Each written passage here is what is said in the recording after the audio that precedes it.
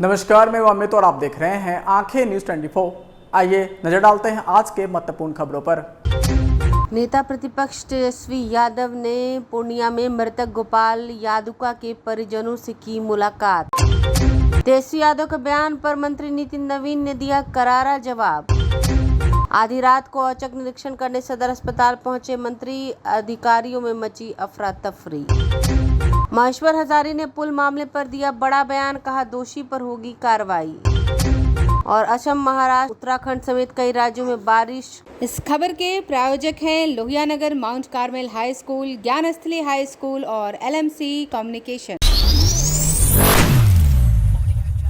नमस्कार, मैं अमित और आप देख रहे हैं आंखें न्यूज 24। नेता प्रतिपक्ष तेजस्वी यादव ने पूर्णिया के भवानीपुर में गोपाल यादुका के परिजनों से मुलाकात की, जहां उन्होंने पीड़ित परिजनों को न्याय दिलाने का आश्वासन दिया। बता दें कि 2 जून को गोपाल यादुका की गोली मारकर हत्या कर दी गई थी। वहीं इस मौके पर तेजस्वी यादव ने कहा कि इस मामले को लेकर मृतक गोपाल यादुका के दोनों भाइयों से बातचीत हुई है, जिन्होंने पूरे मामले की जानकारी दी है। वहीं विपक्ष के नेता के तौर पर हमारी जिम्मेवारी है कि पीड़ित परिवार को हम न्याय दिलवाएं। आइए आपको सुनवाते हैं और क्या कुछ कह रहे हैं तेजस्वी यादव। हम लोग मिले और पूरी जानकारी जो है स्वर्गीय गोपाल यादुका जी के जो दोनों भाई उनसे चर्चा हुई और उन्होंने सारा विस्तार पूर्वक जो है घटनाक्रम वाइज बातें जो है बताई है।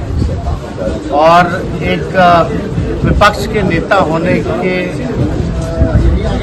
जो हमको जिम्मेवारी है कि इस परिवार को हम न्याय दिलाएं।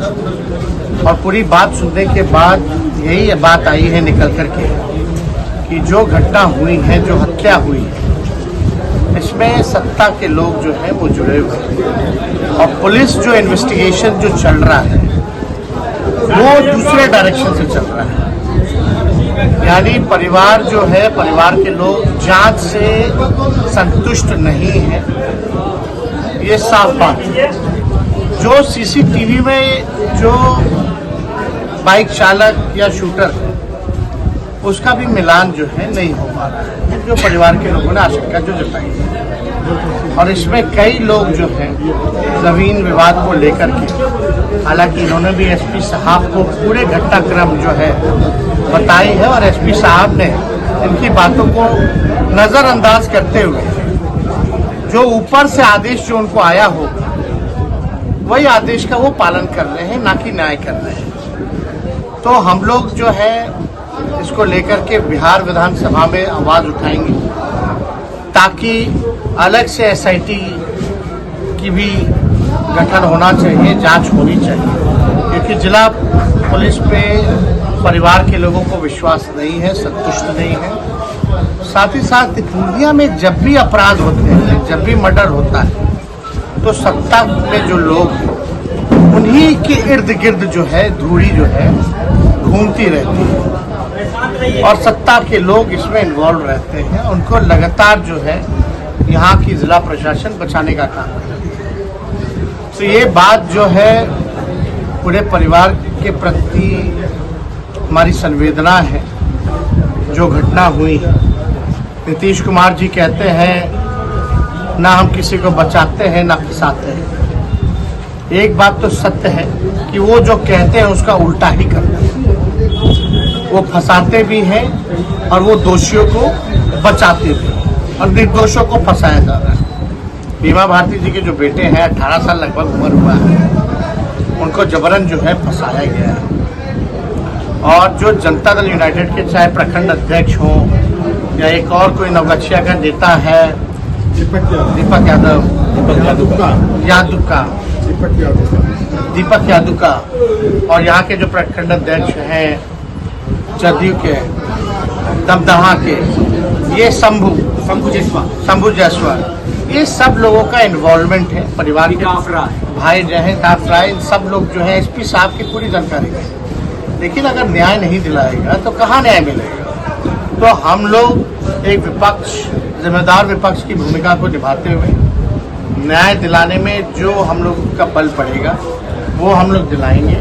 और SP साहब से पुनः हम अपील करते हैं कि चाहे कोई भी हो, जो लॉ है उसका पालन करें। जो एविडेंस है। नमस्कार, मैं अमित और आप देख रहे हैं आंखें न्यूज 24। एनडीए की सरकार में अपराधियों की जगह जेल में होती है और आपकी सरकार में उनकी जगह मुख्यमंत्री आवास में होती थी। यही अंतर है एनडीए की सरकार और जंगल राज की सरकार में। दरअसल ये कहना है बिहार सरकार के नगर विकास मंत्री नितिन नवीन का। वह प्रदेश में बढ़ती आपराधिक घटनाओं को लेकर पूर्व उप मुख्यमंत्री तथा नेता प्रतिपक्ष तेजस्वी यादव के द्वारा बिहार की एनडीए सरकार पर उठाए जाने वाले सवालों को जवाब में दे रहे थे। दरअसल बक्सर में अपने कार्यक्रम के दौरान उन्होंने कहा कि भाजपा और एनडीए सरकार कभी भी अपराधियों को संरक्षण नहीं देती है तथा अपराधियों पर लगातार प्रहार करती रहती है। जबकि 1990 से 2005 तक जब राजद की सरकार रही थी तो अपराधियों का राज्य में बोलबाला था। तेजस्वी यादव शायद उन वीडियोस को नहीं देखते। उस समय सरकार अपराधियों को संरक्षण और टिकट भी देती थी, लेकिन अब ऐसा नहीं होता है। आइए आपको सुनवाते हैं और क्या कुछ कह रहे हैं मंत्री नितिन नवीन। गठबंधन दिखे निचले स्तर पर, इसके लिए हम लोगों ने प्रयास किया। उप मुख्यमंत्री तेजस्वी यादव लगातार कह रहे हैं कि एनडीए गठबंधन में अपराध की श्रेणी बढ़ रही है। जो अपराध के संरक्षक हैं, अपराध के जनक हैं, जिन्होंने इस राज्य में 90 से 2005 तक केवल अपराधियों को संरक्षण देने का काम किया, जिनके घर से अपराधियों को संरक्षण मिलता था, जिनके कह सकते हैं जिनके परिवार के लोग अपराधियों के साथ लगकर सरकार चलाते थे, वो आज अपराध पे भाषण दे रहे हैं या प्रवचन दे रहे हैं। तो जनता को मालूम है कि लालू शासन के समय में जो अराजकता और जंगल राज इसी परिवार के द्वारा पूरे राज्य में की गई। लोगों ने भूला नहीं कि कैसे अपहरण उद्योग चलता था। लोगों ने नहीं भूला है कि नक्सल की घटनाएं किस प्रकार से प्रायोजित करके कराई जाती थी। लोगों ने ये भी नहीं भूला है कि किस प्रकार माता बहनें शाम में सड़क से निकलने के लिए डरती थी। कोई नहीं भूला है कि उनके बच्चे स्कूल जाते थे कि लौटेंगे कि नहीं लौटेंगे, माँ बाप इंतजार करते थे। इन लोगों ने ये दौर भूला नहीं है। तेजस्वी यादव जी, हमारी सरकार में यही अंतर है। हमारे यहाँ अपराधी अगर अपराध करता है तो वो जेल जाता है और आपके शासनकाल में अपराधी अपराध करके आपके घर में बैठता था। अब आधा बिहार लगातार बाढ़ से जूझ रहा है। नमस्कार, मैं अमित और आप देख रहे हैं आंखें न्यूज 24।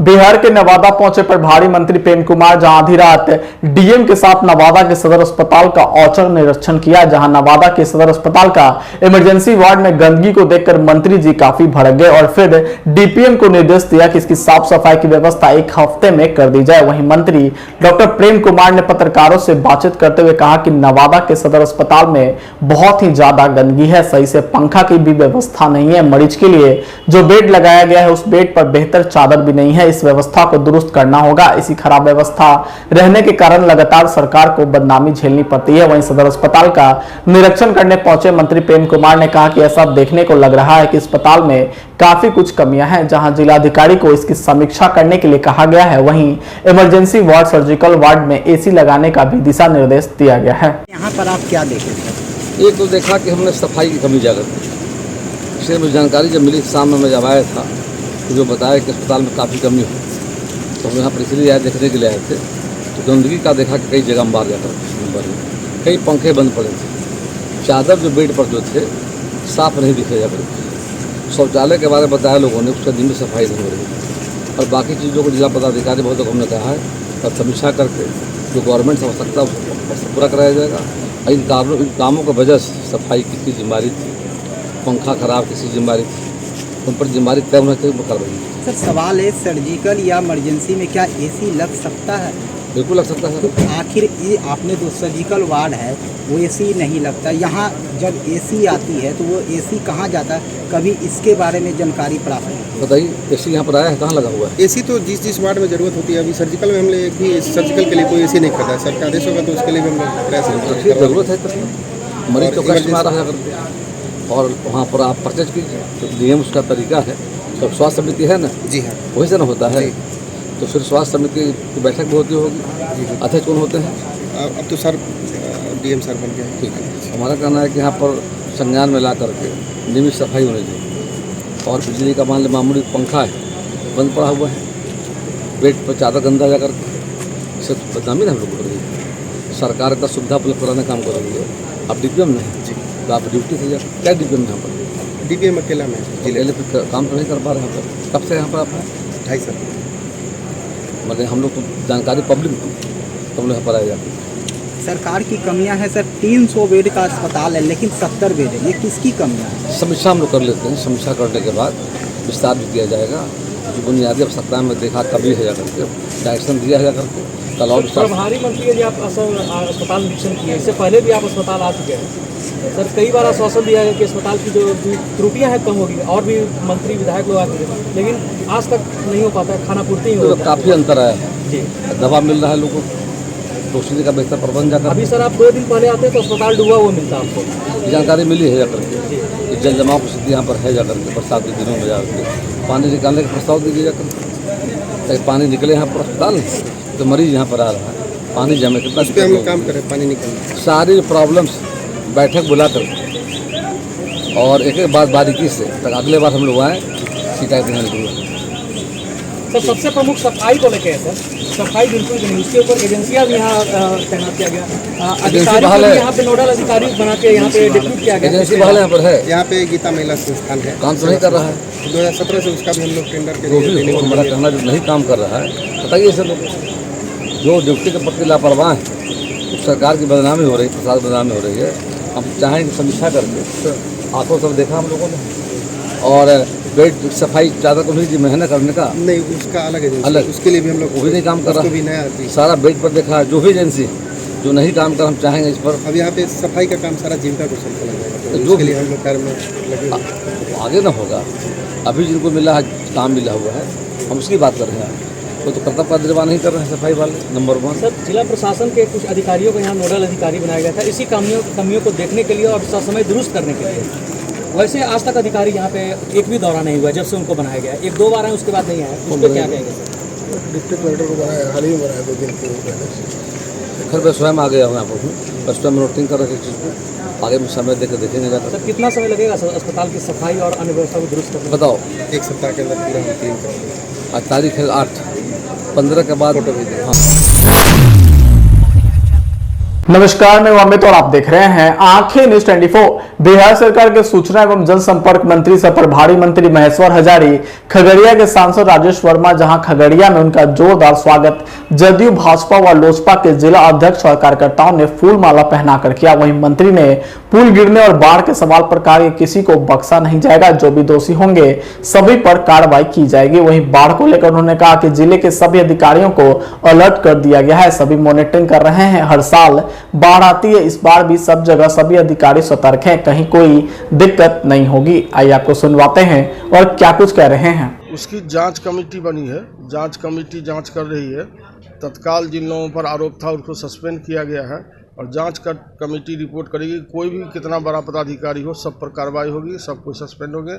और जो संवेदक है, संवेदक पर भी कड़ी से कड़ी कार्रवाई होगी। और संवेदक को सरकार के द्वारा कहा गया है जो पुल गिरा है संवेदक के पैसा से ही वह पुल निर्माण होगा, बिहार सरकार की तरफ से घोषणा हुई है। मैं समझता हूँ कि जल्द से जल्द जो भी दोषी होंगे उसको बख्शा नहीं जाएगा। तो बिहार सरकार पहले से तत्पर है और जो हमारे आदरणीय प्रधानमंत्री आदरणीय मुख्यमंत्री जी हैं और जो विभागीय मंत्री हैं सबको बैठक इससे पहले भी कर लिए हैं। और सारे के सारे जिला के जितने भी पदाधिकारी हैं सबको सूचना दे दी गई है और सब जगह सतर्क है और कहीं भी कोई दिक्कत नहीं होगी। हम लोग सब बार बिहार में बाढ़ आती है, बाढ़ आने के बाद बिहार सरकार तत्परता से काम करती है, इसलिए इस बार भी तत्परता से काम होगी, कहीं कोई कठिनाई नहीं। नमस्कार, मैं अमित और आप देख रहे हैं आंखें न्यूज 24। देश भर में मानसून की रफ्तार लगातार बढ़ रही है। कुछ राज्यों में मानसूनी बारिश ने लोगों के लिए परेशानियां बढ़ा दी हैं, तो वहीं मैदान से लेकर पहाड़ी इलाकों तक बादल कुछ ज्यादा ही मेहरबान नजर आ रहा है। वहीं कुछ इलाकों में तो बारिश ने तबाही ही मचा दी है। बता दें कि असम, उत्तराखंड, हिमाचल प्रदेश से लेकर महाराष्ट्र तक झमाझम बारिश के चलते सड़कें सैलाब बन गई है। इसी बीच भारतीय मौसम विज्ञान विभाग की ओर से कुछ राज्यों को लेकर अलर्ट भी जारी किया गया है। इसके मुताबिक इस हफ्ते कई राज्यों में जोरदार बारिश के देखने के भी आसार बने हुए हैं। हैं। वहीं बारिश का आलम यह है कि जहां पानी बरस रहा है वहां बाढ़ जैसे हालात भी बनते जा रहे हैं। फिर चाहे वो पूर्वोत्तर का असम हो या फिर मैदानी इलाकों में माया नगरी यानी मुंबई, कहीं भारी बारिश के कारण स्कूलों की छुट्टी कर दी गई है तो वहीं मुंबई में विधानसभा की कार्यवाही ही रोकनी पड़ी। बता दें कि बारिश की वजह से आम जनजीवन पूरी तरह से अस्त व्यस्त हो गया है। वहीं मौसम विभाग की ओर से दी गई जानकारी के मुताबिक एक दिन के अंदर देश के कई राज्यों में मूसलाधार बारिश पड़ी। इससे हिमाचल प्रदेश, उत्तराखंड, अरुणाचल प्रदेश, असम, महाराष्ट्र, राजस्थान, गोवा और उत्तर प्रदेश के कुछ इलाके प्रमुख रूप से शामिल हैं। बता दें कि मुंबई में सोमवार तड़के हुई मूसलाधार बारिश ने कई वर्षों का रिकॉर्ड तोड़ दिया। यहां पर भारी बारिश ने न सिर्फ ट्रेन बल्कि उड़ानों पर भी सीधा असर पड़ा है। वहीं दिन भर में मौसम खराब होने की वजह से 50 फ्लाइट को कैंसिल किया गया था, जबकि कई फ्लाइट्स देरी से चल रही हैं। वहीं देवभूमि कहे जाने वाले उत्तराखंड में बीते कुछ दिनों से भारी बारिश ने लोगों के लिए परेशानी खड़ी कर दी है। बारिश के चलते चारधाम यात्रा पर भी सीधा असर पड़ रहा है। यात्रा को फिलहाल तत्काल रूप से रोक दिया गया है। वहीं प्रदेश के उधम सिंह नगर और चंपावत में बीते कुछ घंटों से लगातार बारिश चल रही है, जिसकी वजह से नदियां उफान पर है। वहीं अब तक आए भूस्खलनों की वजह से 35 सड़कें भी बंद कर दी गई है। बताया जा रहा है कि मंगलवार को मौसम ठीक रहने के चलते चारधाम यात्रा को फिर से शुरू किया जा सकता है। ये यात्रा रविवार को रोकी गई थी। वहीं मंगलवार को मौसम विभाग ने प्रदेश के 7 जिलों में मूसलाधार बारिश का अलर्ट जारी किया है। इसके तहत देहरादून, उत्तरकाशी से लेकर पौड़ी, चमोली और उधम सिंह नगर में अच्छी बारिश के आसार जताए गए हैं। अगर आप भी अपने दुकान, प्रतिष्ठान, school, college, coaching centre, restaurant, cafe का विज्ञापन देना चाहते हैं, वो भी किफायती दर पर, तो आंखें न्यूज़ 24 लेकर आया है आपके लिए एक सुनहरा मौका। आंखें न्यूज़ 24 न्यूज़ पोर्टल की दुनिया में बिहार का सबसे उभरता हुआ चैनल, जहां बिहार, झारखंड से जुड़े तमाम बड़ी खबरें देखने को मिलती है। तो देर किस बात की, आज भी जुड़े आंखें न्यूज़ 24 के साथ। संपर्क करें हमारे व्हाट्सएप नंबर 8935876430 पर। क्या आप पत्रकारिता के क्षेत्र में अपना कैरियर बनाना चाहते हैं? तो आज ही Royal Ashoka Institute of Mass Communication and Journalism में अपनी जगह सुनिश्चित करें। आर्यभट्ट ज्ञान विश्वविद्यालय पटना से मान्यता प्राप्त 100% प्लेसमेंट के साथ royal Ashoka Institute of Mass Communication and journalism नामांकन जारी है। हमारा पता है DS/16 गायत्री मंदिर के समीप, कंकड़ बाग, पटना 8,20,000। आप हमें संपर्क भी कर सकते हैं। हमारा मोबाइल नंबर है 9955456126।